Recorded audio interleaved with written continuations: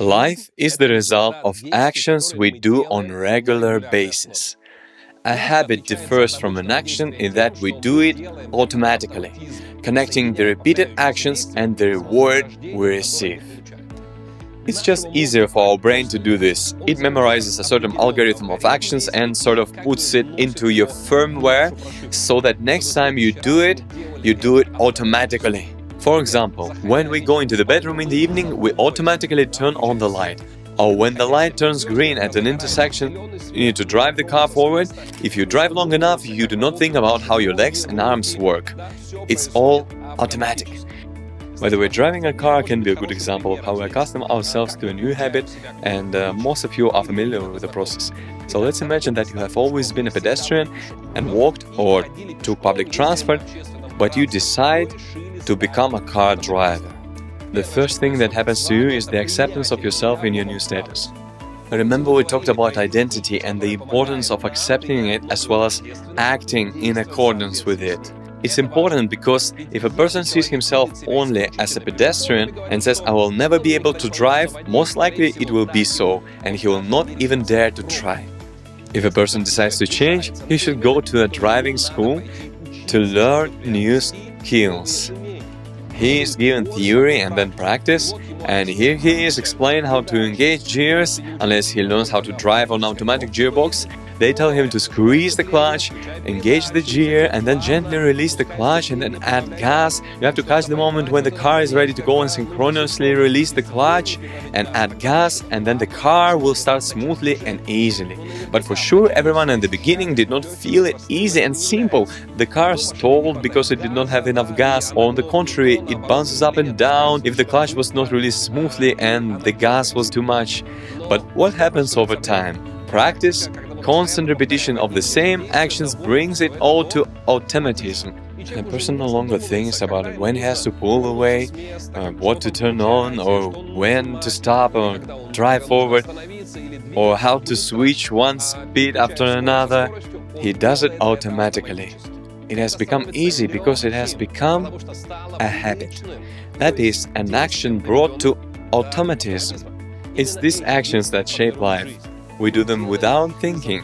We, or rather our brain, takes the easiest way, so we can instill any habit by making certain actions automatic.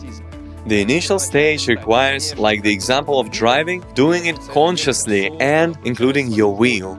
So it's difficult for us and for our brain. We are not used to it. We want to go back to the familiar, easy, and this is where you have to set yourself up to go through this initial difficult stage. So the first stage is the most difficult. It requires a conscious action that you do on purpose, involving your will, or the actions you stop doing if it's about eradicating some negative habits. And this is where many people give up, as it is difficult, and in addition, you do not see quick results. Tune in to bring this action to automaticity through multiple repetition of the same actions. That is, make it a habit, and then it becomes easy. Look at what the Bible says. Can the Ethiopian change his skin or the leopard its spots? Then may you also do good who are accustomed to do evil. The book of Jeremiah. Indeed, habit is a part of ourselves. This verse shows that the process of change is not a simple process. If a person is used to doing evil, how can he change and learn to do good? As I have already said, the first stage when you consciously implement a habit or get rid of a negative one is the hardest. And here are some tips to make this habit-forming process easier. 1. Don't try to change everything at once, but start with something small. For example, you want to improve your relationship with your children, you consider that they need you yourself, not just your gifts and material support, and then you realize that you need to talk to them before bed or some contact during the day, spend time together outside the house doing something interesting to both of you, like fishing or hiking, or that you need time to talk to him about something serious, like something that matters to him. But start with one thing. Don't try to cover everything at once. At least start by wishing him a good night or telling him you love him and you are proud of him at least once a day. Gradually expanding your habits. 2. Break the habit into simple actions. For example, you would like to read the Bible in a year. but it's 2 or 3 chapters a day, and it seems overwhelming. Therefore, my advice, start reading one verse at a time. One man told me that this is exactly how he developed the habit of reading the Bible. He would read one verse at a time and then he meditated on it. And it would only take him a couple of minutes. But after reading one verse, after some time he thought, maybe I should read another verse. And so verse by verse he found himself reading the Bible regularly. 3. Attach the new habit to habits that you already have and that you feel good about. Implementing a new habit, as we said, is usually complicated by the fact that we find it difficult and we don't see quick results. So a very effective method would be to make the new habit part of some ritual, for example, a morning or evening ritual. For example, you want to start exercising every morning. Why wouldn't you schedule it before your morning cup of coffee?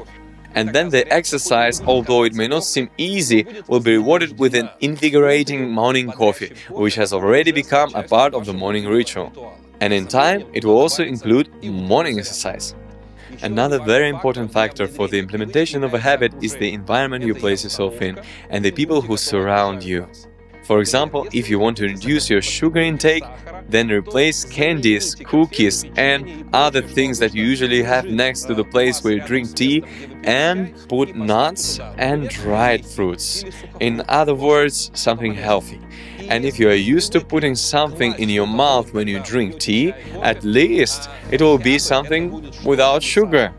Also, the people around us contribute to either new or old habits. So, changing habits is a set of measures following which planting a positive habit or eradicating a negative one becomes, although not easy, but possible. I inspire you to put these tips into practice.